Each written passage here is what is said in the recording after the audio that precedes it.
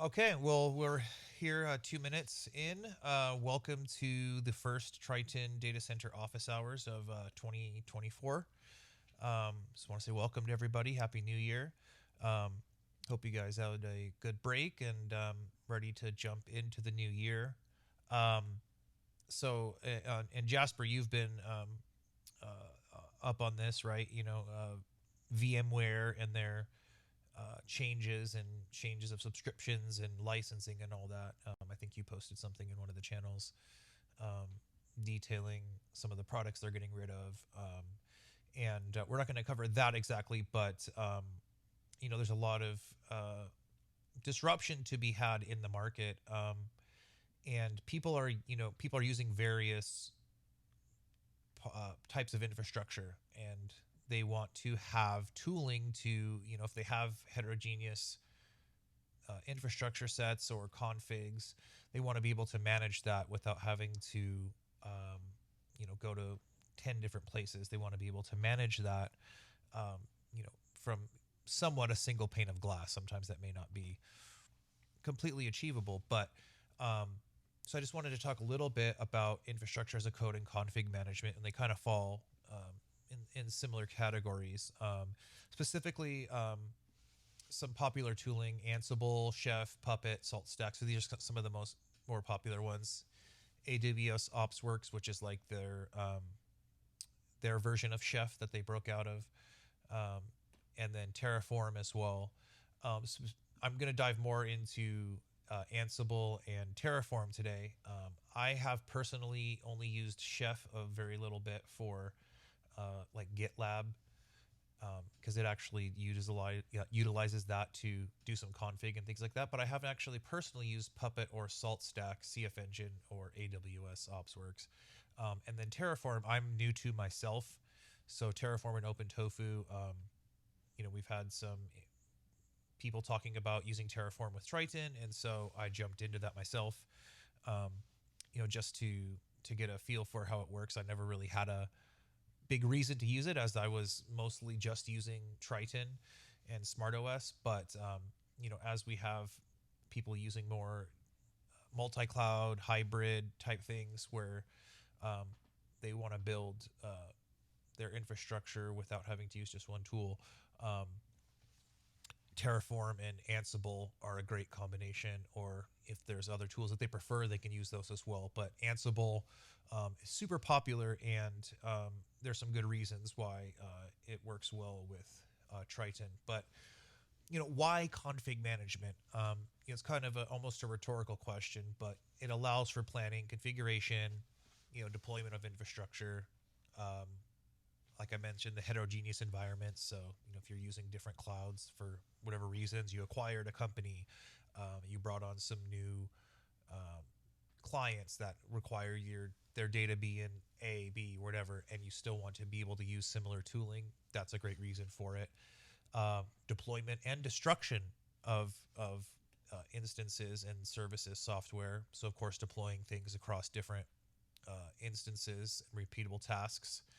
The repeatable configurations. So um, instead of having to go through and SSH into every server and manually type in the updates and the commands, even if you're doing it just on one server, and it's something you're going to be doing over time, it's good to just have that, you know, uh, saved.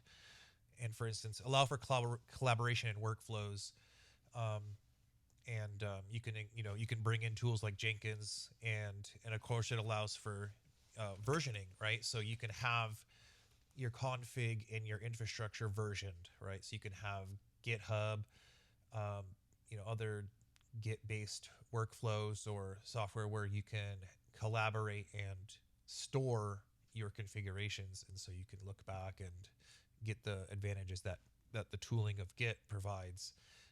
And of course, it allows for multiple people to work together um, on things. And of course, if you're working on the infrastructure specifically, um, there's some things that that I'll touch on that are important.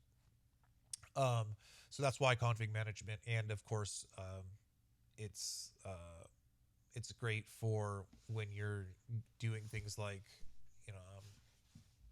working on deploying a new software or like A/B testing and things like that as well. So Ansible specifically employs YAML configuration files. We all, I know not everybody loves YAML, but there is tooling out there because JSON can be converted to YAML. There's formatters and plugins for VS Code and various things that I use to make it easier to see my errors or where I should put stuff. So that isn't too much of a problem. But YAML is also used with Kubernetes. Um, Utilizes standard SSH, so it doesn't require special software be installed on the target instances, right? You do have to install like the Ansible software like on your machine that you're doing the configuration with, but it doesn't require it on the software you're gonna or the instances that you're gonna be configuring. Uses Python or a native interpreter, so Bash, SH, PowerShell, other tooling that may be available on a particular OS, it can work with that. And that's why Ansible is really one of the best and most popular ones, right? Is that it doesn't require special software in a lot of cases.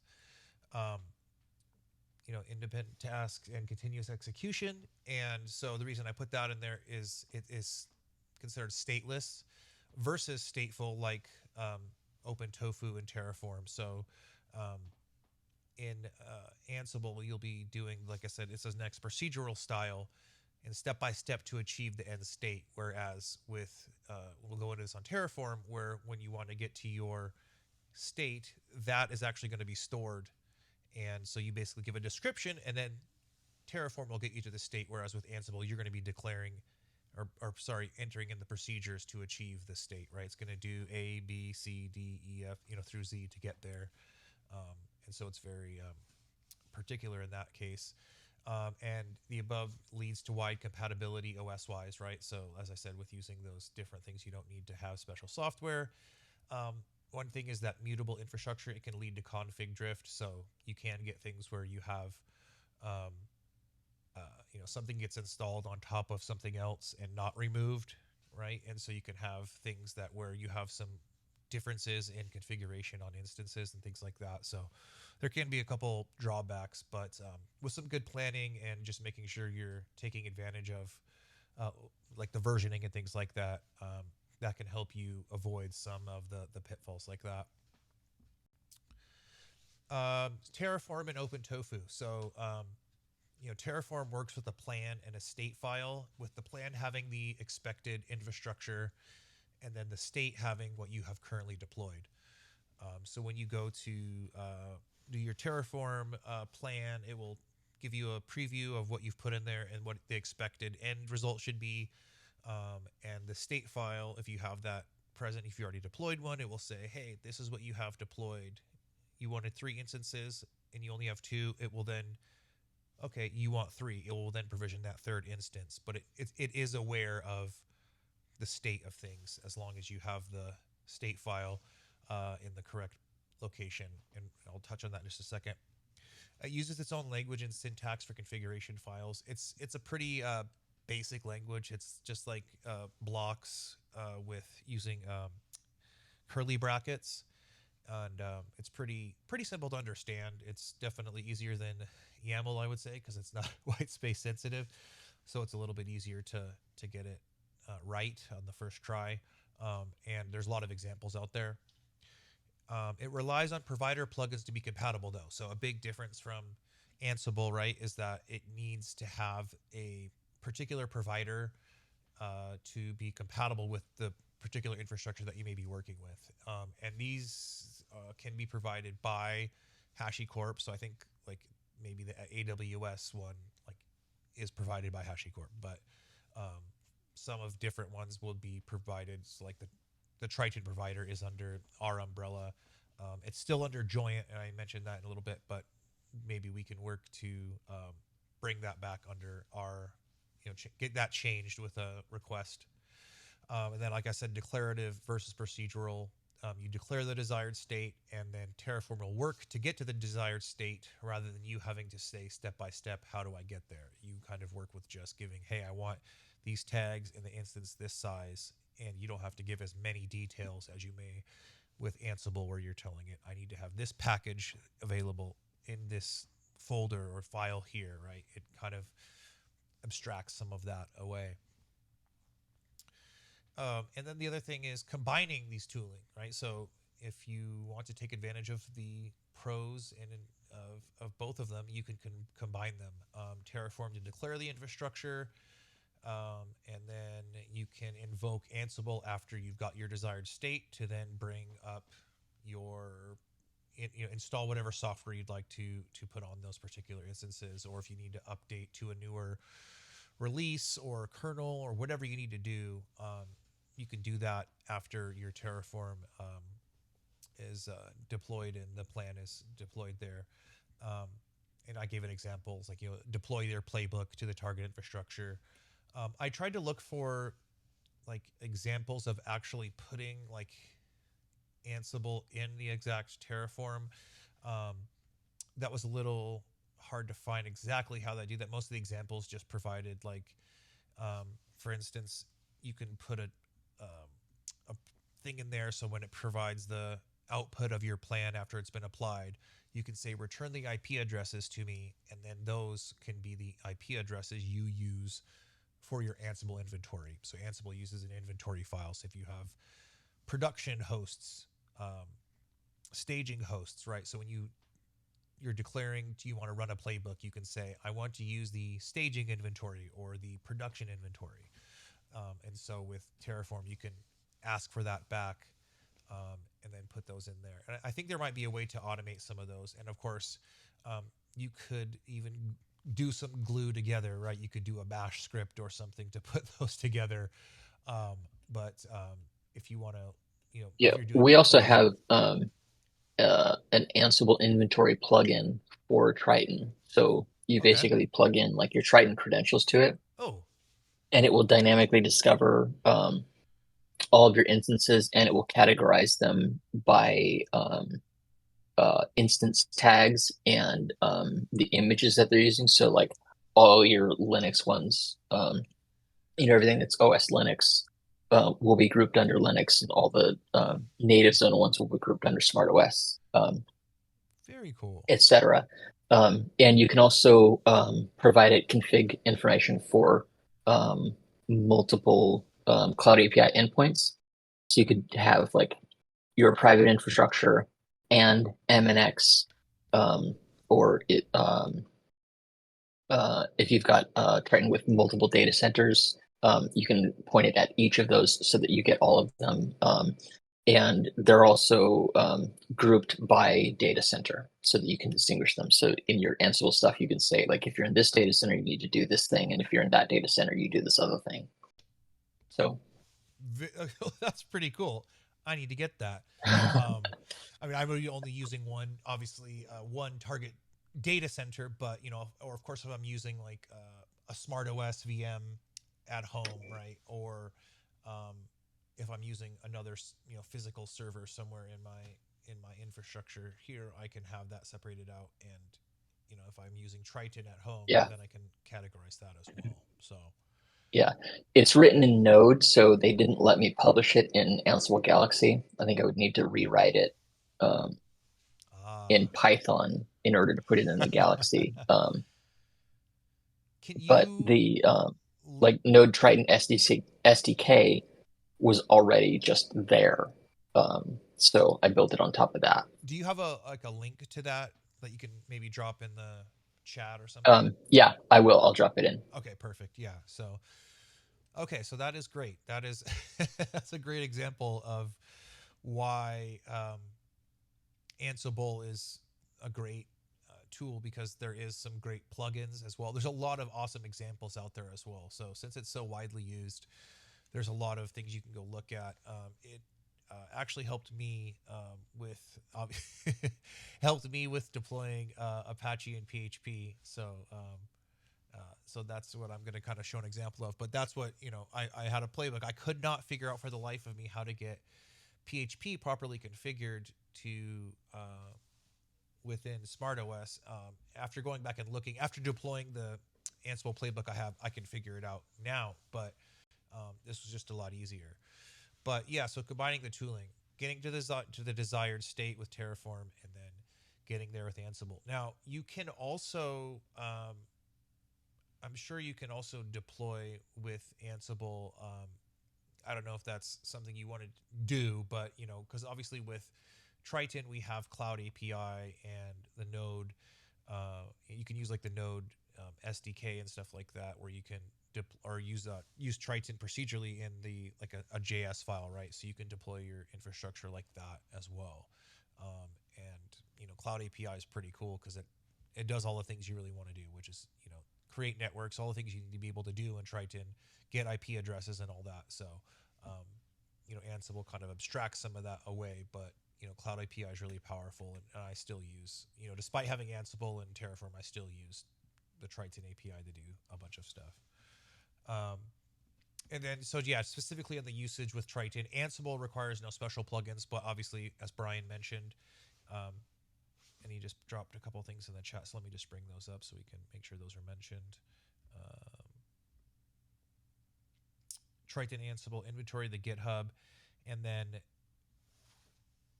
the Triton dehydrated, that's for Let's Encrypt. So yeah. So if you have your CNS wired up to work globally, you can add that Ansible role to your play file. And then there's some variables that you can you guys still hear me?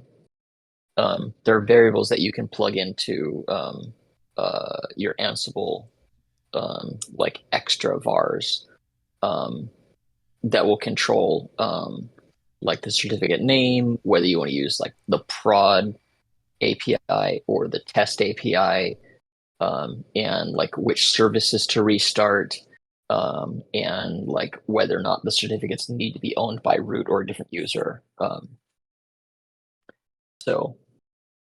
But yeah, you just drop that role in there and have your config information, and then you'll get automagic certificates created in your instances. That's cool. Yeah, so there's cool plugins like that, and especially because like one of the other things I was doing was back when we had another office hours was dealing with, you were talking about HA proxy and um, and using SSL termination with that, and I don't know if I put an Ansible configuration together for that yet, but I should go back and do that. But yeah, I was able to easily. I was using Linux with that, so I was able to easily use the tooling, the Let's Encrypt tooling there, and was able to get. So I Yeah, own RobbieCloud.com. I was able to use I still was able to use the DNS verification to do the certificates for that. right. So Yeah, Dehydrated is a third-party Let's Encrypt client, um, and it doesn't have any dependencies outside of the platform image. So like we can use that in on the head node in the global zone to deploy certificates for like all of the Triton services. Um, but it also works in tenant instances as well, both like SmartOS and Linux. It has some support for FreeBSD, but I don't think it's really like gotten its paces on FreeBSD, so there might be some bugs in there with it. Um, but it should work fine um, for both native brand zones, LX brand zones, and KVM or Beehive zones. very cool.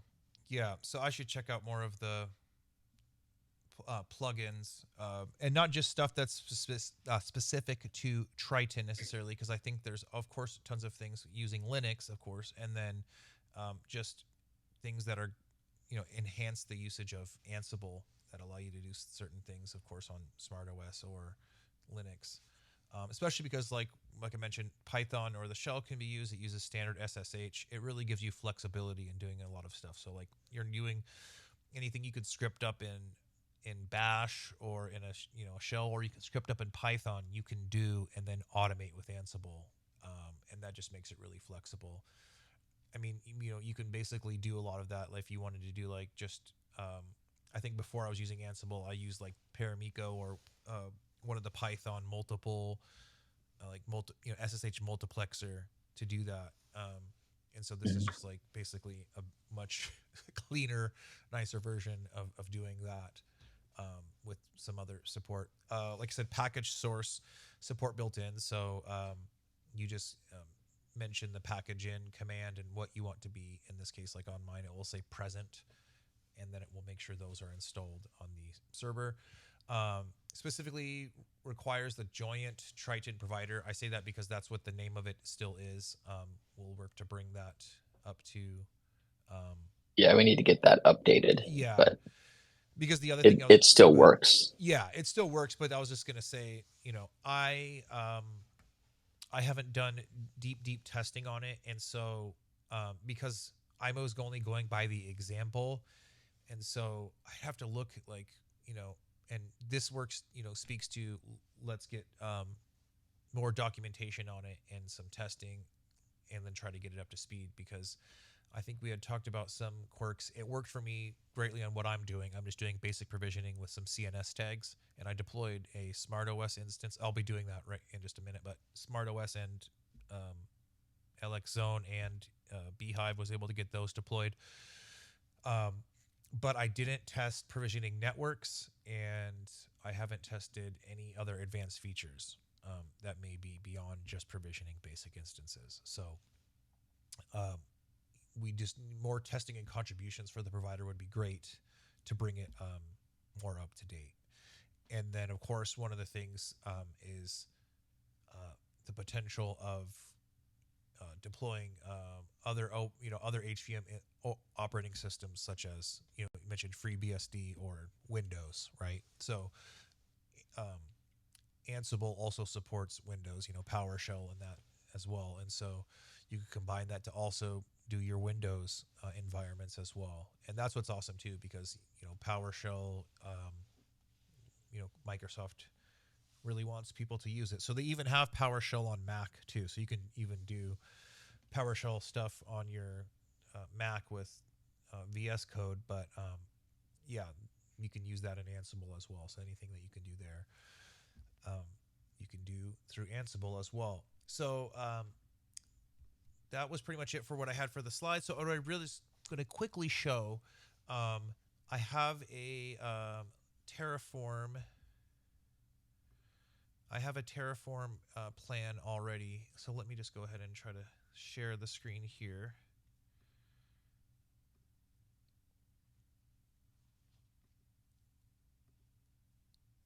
And just let me know if you're able to see the terminal and is it readable. Can you read this? Are you guys able to read that? It's Yep. coming up. Okay, cool. I totally approve the Lambda there. I was like, I made my random dot file with that. I used some website to like customize my little PS1 there. So I just did, I have a Terraform file. So here it is. I'll just scroll back a little bit. It still has some of the comments in there, but I put these in there. So I actually have this in my GitHub because I did all this using some examples from the HashiCorp joint Triton provider website because it took me a little bit. I had some like really silly typos and stuff. I was like asking Brian, I was like, Brian, why isn't this working? And then I'm like, oh, I had a typo. So it just took me a few times to get it right. So I put comments in my own file that I have in my GitHub just to like explain what everything is. And there's one thing I did want to also mention about Terraform State, right? It can store it stores secrets in there, right? So it can have like private keys or AWS keys in there sometimes. So the storage of the state is important. So there's a few different options. S3, there's a Postgres plugin.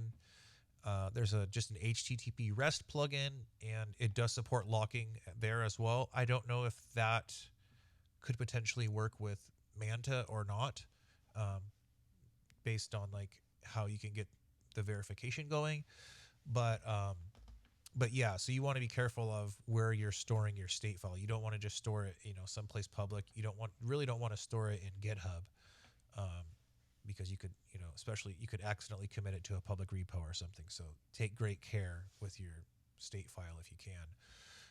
I'm just using a local state file because I have nothing special, but so I'll just show you really quick, just the Terraform provider. This is the latest version. I'm using the latest version of Terraform itself. Like I said, I just copied and pasted this from the provider. The Triton provider, what's nice is it takes advantage of the Triton variables. So if you already have your Triton Triton environment variable set up, SDC account and SDC key ID, you don't have to put the account name or the key ID into the Triton provider portion, because it will just pop that in from your environment variables. It does require that you use SSH agent if you're using the public key, because if not, you actually have to put your private key where key material is. So I do use SSH agent for that. So because I don't want to put my private key in that file as I'm committing it with an example. You just set the URL. So obviously you're setting it to the US Central MNX location. And then I don't need the insecure skip TLS verify. I don't need self-signed certificates, since we are using regular good old nice certificates that are not self-signed in MNX. And then just quickly, I have just a SmartOS base 64 image. I just kind of copied the names over, test CNS, followed the nomenclature that it showed, services, front end, Apache, and then I have an LX image. And I grabbed these particular, like the version and stuff. I got that from Triton image LS. So then I have a Terraform plan. So I'm just going to go Terraform plan. And it's just going to read out what the plan's going to be. It's really, like I said, it's really basic. It's just two instances, both C1 small, one the LX, one SmartOS, and then the CNS tags it will add to them. Plan 2 to add. So we're going to just go ahead. I don't have anything running in my account right now. I've erased every instance in there. So I'm just going to go ahead and do Terraform apply. And then it's going to ask me to confirm and yes to approve. Really simple.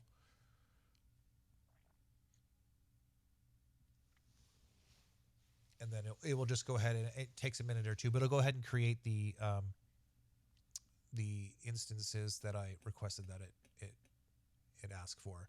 Now, the one thing I don't know how to do, and this is something I maybe need to understand, is how to have it like spit out the IP address like automatically, perhaps, right? So that I can add it to my inventory file. I'm actually going to just do that manually after this is done provisioning, and I'm going to do Triton. Is it IP get?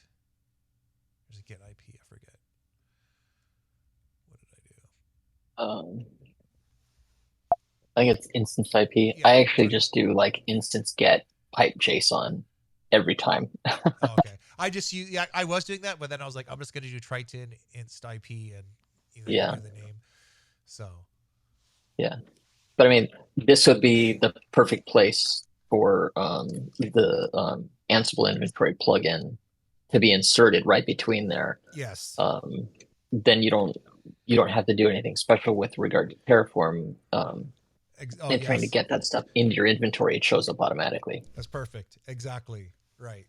And then you said it categorizes it by a few different things, right? Like OS. Yeah. The image that it's built from.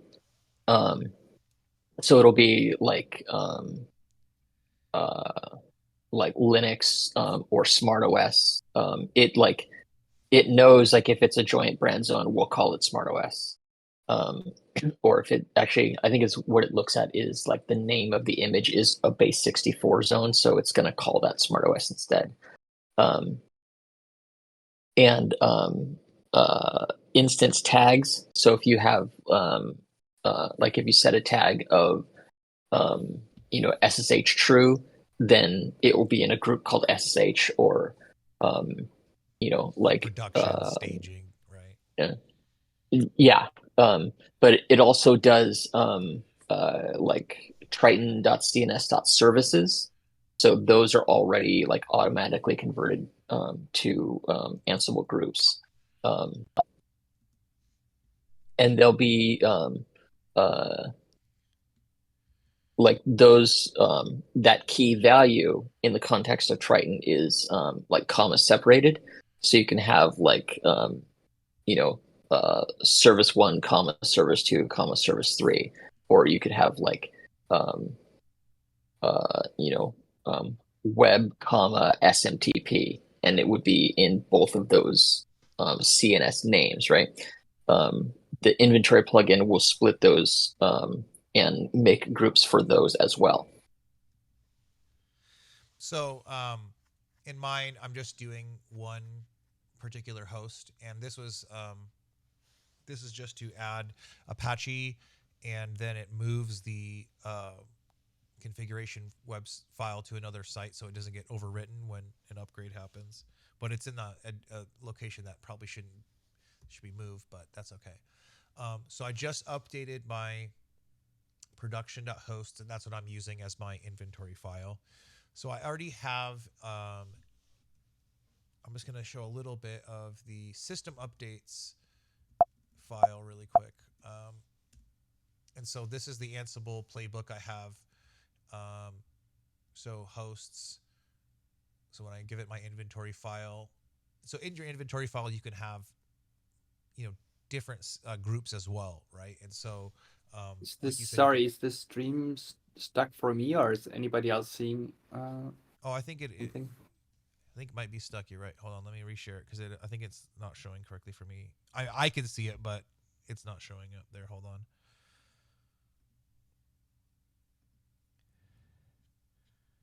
Is that better? You can see that now. Yeah, Okay. yeah. I even saw it on my Yep. thing. It wasn't. It was not. You're right. It wasn't. It was stuck. Okay. Sorry about that. So here I just have my one of the playbooks I'm going to run. So just like Brian was saying too, you can have like your inventory file, and it can have tons of different groups inside the inventory file, and then you can target things after that. So you can have your playbook target a certain group as well. So you could say you could have a playbook that's for production, for staging, or whatever, and there's different ways you can separate out the things. But in this case, I'm just have one web server, and then good old YAML, the tasks. So like I said, there's some tasks for package source, update cache, and then present. So it's just going to go in and it says if these things are already installed, don't do anything. But if it's not installed, make sure it is installed. And then, of course, like we talked about, you can just run any type of shell command in there. So command, just run package in upgrade after that. And then there's another command we're going to have, which is just a copy command, which is going to copy a source file that we have and upload that.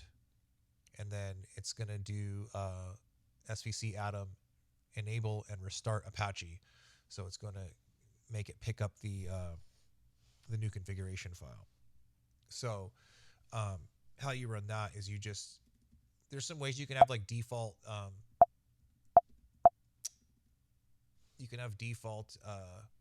inventory files, but in this case, I'm going to actually specify the file. So I'm going to say production hosts, and I'm going to do system updates first.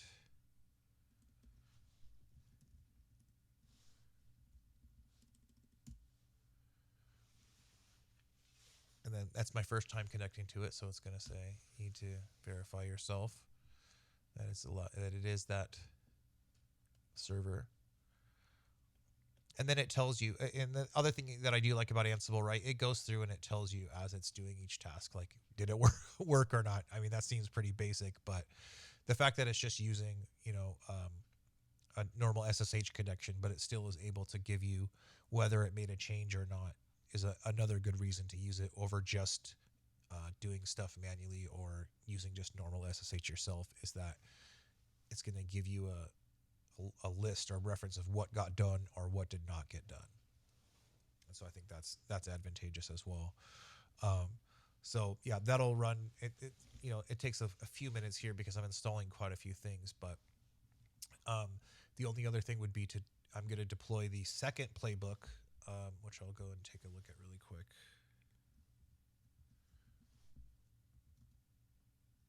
Deploy website. And so on the second one, it's just going to deploy the configuration file. It's going to upload it, put it in the destination. It's going to then restart Apache and synchronize the destination of the website. So it's going to change where the website is going to pull from. It's going to move it to /opt website instead of the default configuration. And then it's going to restart Apache again when it does that. And so that's going to give you, this particular playbook is going to give me a SmartOS instance with Apache and PHP enabled. So if you want to deploy any type of PHP website, if you want to deploy WordPress, of course you're going to need to have, if you want something with a database, you're going to need to install MariaDB, MySQL, Percona, something like that. But you will get those. Is it still locking up to, again, I don't know why it doesn't like me sharing like this. So yeah, it looks like it didn't change when I showed the. The last thing I see is mid Ansible run. Yeah, it's like I switched. Doing package in. Yeah, I switched to like a new tab and it like conked out at me again. Hold on. I'm not sure why it does this.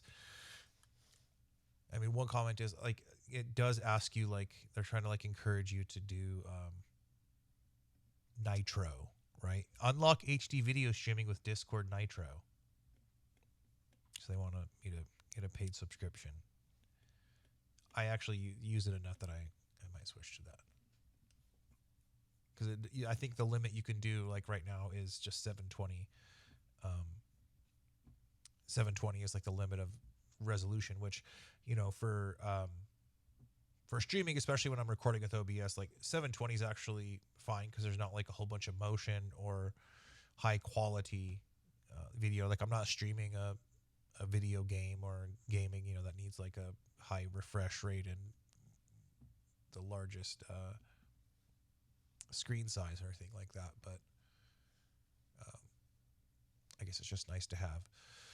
Okay, so yeah, this is, it's going to take a minute. And then I think the second one, since it's not going to install anything, will go a lot quicker, but I'll just let that finish here. But is there any like questions or comments while we're waiting for this to load up? Or any other suggestions or tooling that people might want to talk about or stuff with Triton?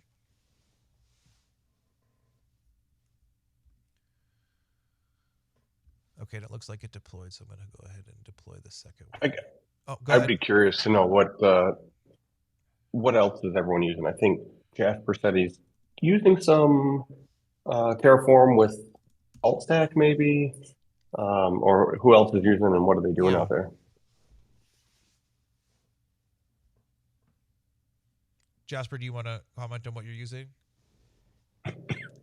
So yeah, we're using Packer to create images. So it's a bit different from what you're doing here. Most of our installed stuff gets installed during the Packer phase with SaltStack, and then we do small pieces of moving parts with Terraform. So that's basically the built-in templating stuff in Terraform, and that's good enough for us because when we deploy the image is already configured for a specific purpose. So we have specific images for PostgreSQL, Envoy, or front-end reverse proxies and stuff like that. So there's very little actual dynamic configuration going on once that image gets configured. So we can do that with the built-in Terraform stuff, which is very basic, but enough for that kind of stuff. And We store the state file currently in Git. We encrypt it before sending it to Git with Git crypt. Really looking forward to the OpenTofu client-side state file encryption, which would make our lives a bit easier if we could just store it in S3 and have it already encrypted before it's being sent there. And I'm personally also eyeballing Mozilla SOPs a bit, because there's also a Terraform plugin for it, which makes handling secrets within Terraform a bit more secure. We currently also use Git crypt to encrypt sensitive files in our Terraform configuration. So yeah, that's in a nutshell about it for us, I guess. Good stuff. Yeah, I think, like you said, the encryption, and there's like, and I don't know, like, because obviously there's, I didn't mention this earlier, but Terraform Cloud, right? And that's an option for a lot of people. There's the whole OpenTofu split, because there people are like, well, that we don't like the licensing and all that. And currently they're pretty identical, right? Because where they forked, there hasn't been major changes between the two so far. But there's a reason, of people chose, to use, either just the module because they did have their own backend or had a way to do it, or they chose to use Terraform Cloud because it simplified the backend portion, right? So it was easy for them to just have the configuration and pay, whatever they need to pay, and just have it work. So, less configuration they had to do, but it just got their infrastructure up and running. And then it also kept it in a another location, right? So I'm not sure what default is for Terraform Cloud, but it was like basically, it gives you the lock and state features, and it keeps it in a place where you're, separate from your actual infrastructure. So like, if something happens to go wrong with, where you might have it stored or something like that, you're not having issues being able to access the state file, because it's separate from where your infrastructure may actually be running. And just one quick comment. I have a question about Go ahead. your state file in GitHub.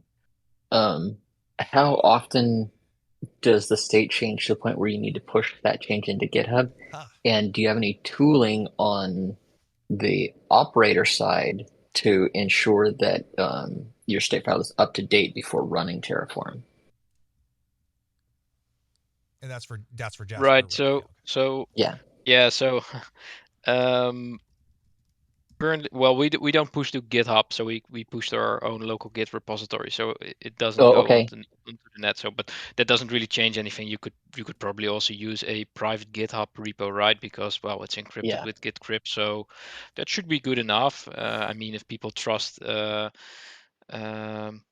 Terraform online offering enough to do such a thing, because you're basically giving carte blanche to Terraform, right? Because, well, then they have access to all your AWS or cloud or whatever stuff. So GitHub with an encrypted file should be okay. I mean, either way, like, it's a Git remote, and whoever, like, you're going to have a certain amount of trust for whoever the remote is. If the remote is yourself, you can trust it more than the remote being just, a public service. But yeah. Yeah, so Terraform itself, I believe we don't use it, but you can use some things for locking, so to ensure that operators don't cross paths, so to say. So I think so that's out of the top of my head, so I could be wrong here, but I think you can use something like a very simple managed key value store offering from AWS, or at least something which strong consistency guarantees, where where Terraform basically grabs the lock before doing anything, and then running locally. So you make very few calls to this service, so you can probably get away with that on the cheap, so to say. I thought you had said that you were using Terraform with the state file in Git.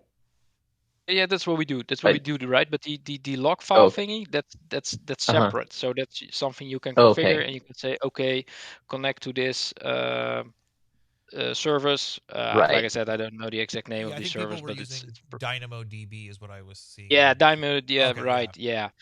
Yeah, Right. and then Terraform will run locally, but try to grab the lock with Dymo DB before actually doing anything, and that prevents operators from trampling over each other's changes, right? And then the question you asked about the how do you ensure your state file is fresh? I guess you could Yeah. write a wrapper script for that, but we're such a small team that basically anytime anyone starts deploying, it's announced and it's in the chat, so we are not. That's not really an issue for us. But I guess you could easily solve that Okay. with some small wrapper script and maybe even tie it in with DynamoDB or something. Yeah, that should probably be Yeah, that easily was solved the for issue that. I had when trying to introduce Terraform to my team because I started diving into it and like figuring out all the particulars about how Terraform worked. But then I needed to present this to my team as like, okay, here's what you have to do now, without it being like overly complex and a bunch of steps because we had like some like very senior people, we had some very junior people, um, you know, and like ensuring that somebody had the most recent state file before running Terraform was like the big issue that we had. Um, so Yes, I think if you use DynamoDB and an S3 state file storage, I uh-huh, think that should cover it. But the Yeah. problem you run into, depending on whether you think that's a problem or not, is that because Terraform itself did not have client-side encryption for the state file, that means uploading the state file unencrypted to S3. Yes. Yeah, right. so that might Which be again goes something to you're. like you have to trust wherever you're storing that stuff at. Yeah. Yeah. So I also think that there was a bit of a conflict with the Terraform commercial offering because the state file encryption thing is something the community has been asking for a long time, and even PRs have been submitted for it, but HashiCorp sort of ignored them, and I think that Right. is because it kind of bit their commercial offering in a small sense. I think they were afraid that it might harm their commercial offering in the long run. Right. Yeah, and I would have think that they, and I might have to look into this, but they would have something right with Vault or something like you get a Terraform in a Vault configuration to like have your secrets They and do everything. have it does work with console. Oh yeah, it does work with console. Which That's console correct. is also a HashiCorp Yeah, thing. key value store. Yeah, for the Yeah. locking, right? So you can Um, use DynamoDB, you uh-huh. can use console for the locking. Postgres is Yeah, supported too. Postgres, anything with Um, a strong consistency yeah. guarantee, basically. Yeah, but then But like how do you deploy those things? Did you use Terraform to do it? Like how do you, you know? Yeah, chicken yeah, and the egg. that becomes a chicken and egg problem. Yeah. Exactly. Yeah, Exactly. so that's kind of cool when you store the state file locally also, when you keep it in sync with Git, then you if something goes terribly wrong, there is probably someone going to be with a pretty fresh state file, preferably as many people as possible. But if you made it in such a way that it would sync pretty fast after it has been pushed, that I guess that would also be an additional fail-safe in that sense. Right. Yeah, and that comes down to like the team planning, right? Separation of concerns, like who's going to be the uh, launcher of the infrastructure. Some people would use GitHub runners or Jenkins and things like that. They might have like an automatic deployment thing, and they can plug in that. Like you said, Jasper, announcing, hey, we're actually launching something. You're on a small enough team, you can say, hey, look, we're deploying. But there might be teams that are deploying, multiple times. Yeah, I think it's good advice to keep, if you're a small team, to keep the dependencies minimal for Terraform on external services, because like you folks pointed out, that it's a pretty valid concern. that you don't end up in a situation which Facebook did, right? When your services are dependent on each other, and then when enough stuff falls down, you find yourself in a position where you basically have to cold start everything, and you don't know Right. how to do that because everything points and is depending on each other. So in that sense, it's probably a good idea to keep, for example, Terraform unentangled from like Vault. Like it might seem like a good fit, but if Terraform becomes too dependent on Vault and your Vault installation goes down and you need Terraform to bring up Vault, but Terraform needs Vault, then that can become messy real Right. quick. Yeah, exactly. And was the Facebook thing like they ended up having to like physically go to the data center, if that's that same incident I'm thinking of? Like, Yeah. So they messed up their BGP or something, and yeah, then everything came crashing down, and they couldn't restart anything, and they couldn't even enter certain buildings apparently because even the access system was tied to it. It was a Right. total mess. a little lesson Yeah. learned. It's like the BGP configuration got wrecked, which broke the routing, which meant that the system that was broken, in order to get the new changes that it needed to correct itself, was on a network that it couldn't access because it was the broker of getting access to the other network, and it was no longer configured for that. And things cascaded from there. Yeah. Yeah, that was a good.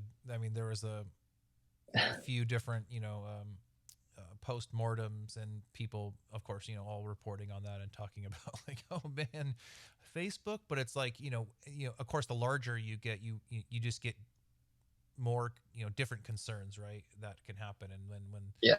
you have those systems, like, I'm surprised that the building access systems, I guess they are probably depending on like some singular identity management system, but I would like, wouldn't they have Right. something Like, like because different? Facebook, I'm sure, has a global identity management system. Yeah. Um, like, I used to work for Amazon, so I know that they do, you know, um, and just from what I read of the Facebook incident, like, it almost got to the point where it was just like comical, like how widespread um, the impact crater was for this outage. But I was thinking back to my time at Amazon, and um, unless they've got some specific controls to prevent an issue like that, I know there's a lot of like cross dependency, circular dependency kind of things going on at Amazon, and I know that a lot of people don't look for those kinds of things. Like, they're like, okay, I'm going to deploy a new service to replace my aging service that I already maintain, because maybe it was written by a developer who quit 3 years before I got here, and I want to make this new thing, and in order to make it work, I'm going to use this other service, which has a dependency on that service, which has a dependency on that service, which has a dependency on the service that I want to get rid of. And so, like, now I've created a dependency on the thing that I want to get rid of, and I'm creating a thing to get rid of a thing, but my thing depends ultimately on the thing that I want to get rid of. Like, that kind of thing happens at Amazon. Right. So yeah, like it's kind of the rub of the service-oriented architecture, where like everything is just microservices dependent on other microservices, and like no single entity has a map of all of the cross dependencies, and also they change daily. Um, Yeah. yeah, I mean, yeah, it's just Yeah, like so you said. keeping Terraform standalone is probably not a bad idea. I should probably add that right. we also keep all the keys on the YubiKeys with and then with Mhm. the GPG SSH agent, so that also works kind of well. And that's probably a thing which but it's really tempting to introduce Vault into the mix, but that's something we deliberately did not do and try to keep it as offline as possible with Terraform. And Terraform is really Yeah. standalone, and in worst case can be used to bootstrap any service which is well in need of rebootstrapping, so to say. Yeah. Yeah, and that Yeah, in a lot of ways, Terraform feels like it's not something that should be used by individual users.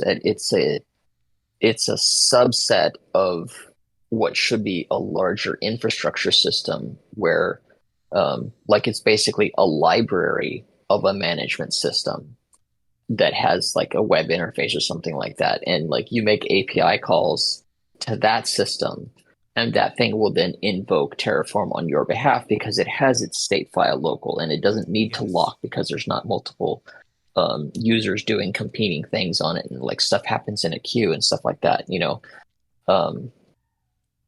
Yeah, definitely. And I think that if you become that size with a team, then you probably could use Terraform in a bootstrap kind of way where you say, okay, we have this Vault instance and we have this Jenkins instance and we have this little ecosystem which is basically where people can submit their Terraform jobs to Jenkins and then Jenkins execute them, and then we only use Terraform to bootstrap or the standalone Terraform to bootstrap that environment. And if everything goes down the drain, we can always rebootstrap the environment which needs to be able to bring up all the other stuff. But that's a lot of overhead. yeah, there's some chat. Let me just bring up. Just saying, I have successfully used Docker images with Container Pilot, to deploy console and Vault using Triton's Docker API without depending on Terraform. Yeah, I was going to mention a little bit of Docker as well because as I was looking through, doing research and they kind of, I was looking at like the top 10 configuration management tools, and Docker is mentioned, but that's kind of like config management and infrastructure as code is like one level above that, right? Docker would be like a client for these because there's obviously a Docker plugin for Terraform as well. But yeah, Terraform isn't like, I mention it because it's like the name that comes up, but it is not the end all be all tool. In fact, like let's say you were just using like Triton, right? If you had like just Triton, you could do this all, I think, without Terraform, right? You could do a lot of the stuff you want to do and probably do it maybe even better because that there's no the abstraction is lower, right? That you can do a lot of stuff that you may not even need to do in Terraform. And like you said, if it's has to be a need, I guess, right, to really use it. In this case, I just happened to be talking to somebody and they had mentioned Terraform and investigating Triton because they're using like some older stuff, and Terraform is like they just think maybe because Terraform is the one that comes up, but they were thinking, okay, we want to be able to have infrastructure that can work with Terraform because we're going to have an AWS environment or a Google environment or whatever, and they want on-prem, and so Terraform is like the one that comes up as like the most common, but there is other ways to do stuff and do it well.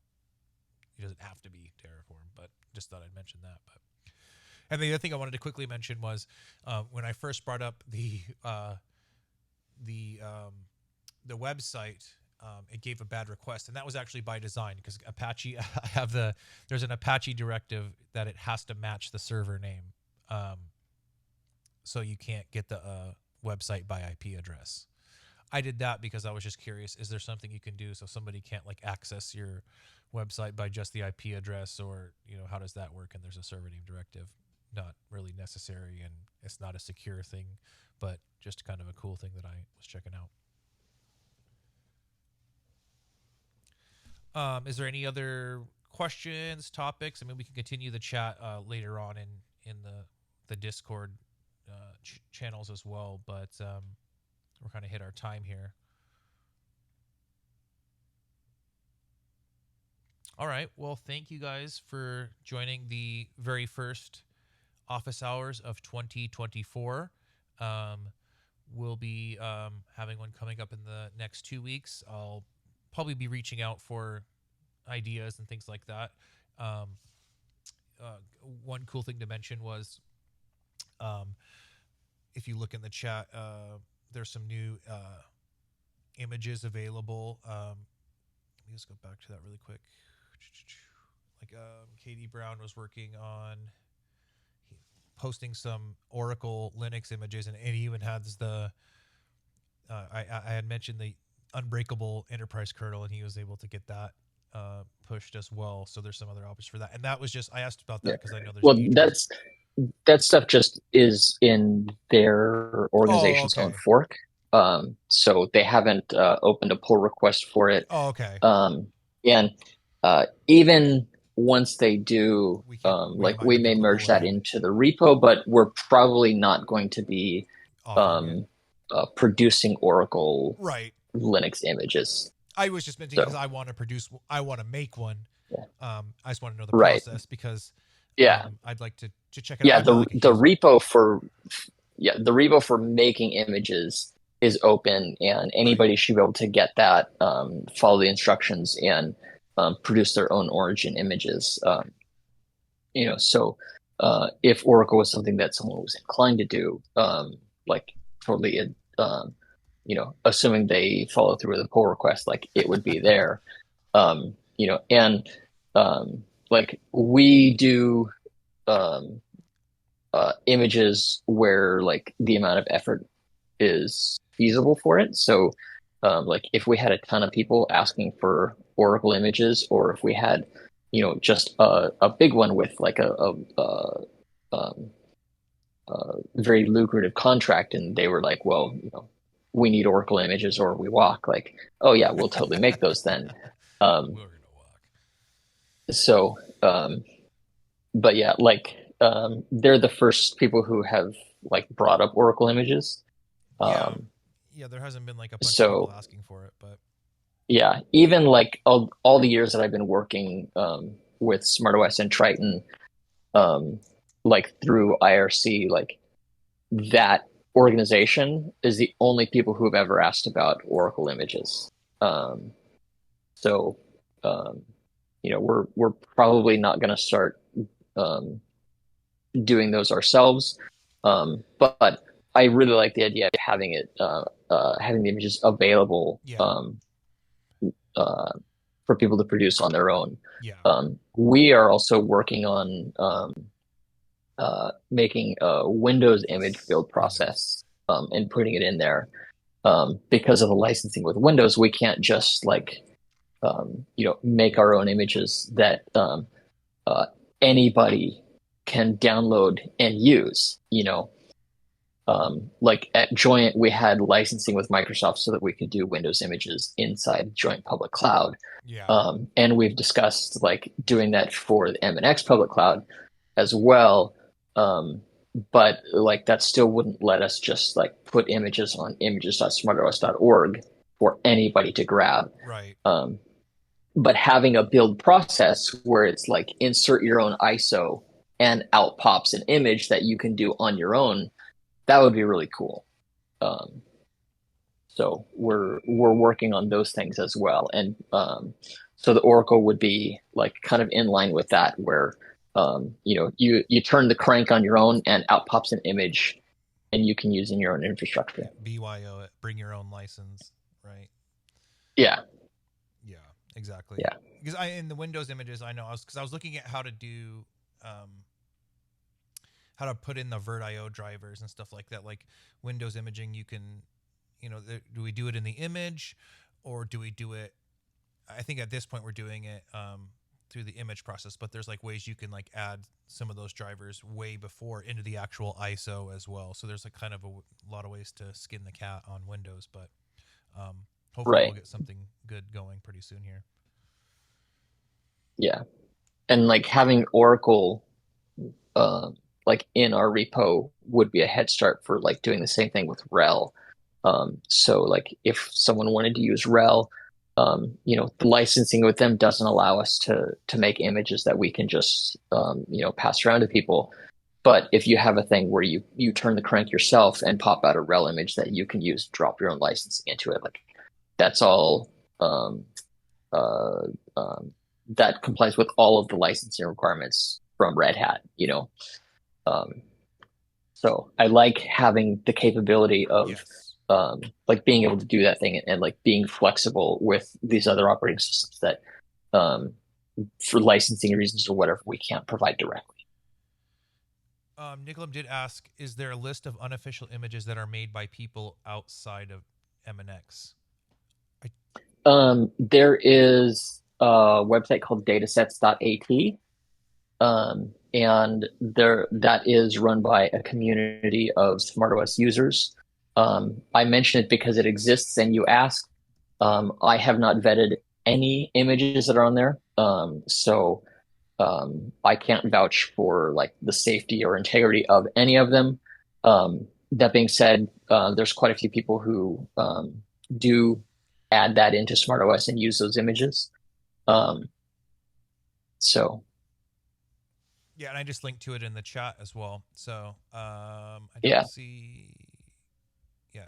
Okay. So yeah, because like for instance, like you said with Red Hat and Windows, right? So with Windows, you get when you have your agreement with Microsoft, they're going to give you a volume license website like that you go and then you pull the ISO or image. Same thing with Red Hat, they give you, and Oracle too. You go to their official download page with your credentials, and then you get the ISO there, and that's the same thing there. So that's what you use to Right. build the image.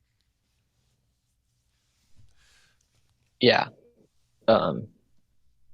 Yeah. With all of these, they would be, they would obtain the installer media like directly from the source. Yeah. And like go through the process, and it's no different from you just like doing it on your own.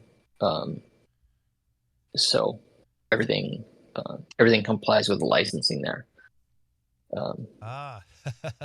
Next meeting idea: but- desktop on SmartOS, virtual desktops on Triton. I like it. Okay. Well, thank you very much, everybody. I'm gonna end it for now, but we'll continue the chat as we go on. And thank you for the idea. And then we'll talk more in Discord. And if you guys have questions or things that come up between then, just chat us where you can find us. Thank you so much. Thanks, everybody. Have a good day. Thanks, everybody. See you guys.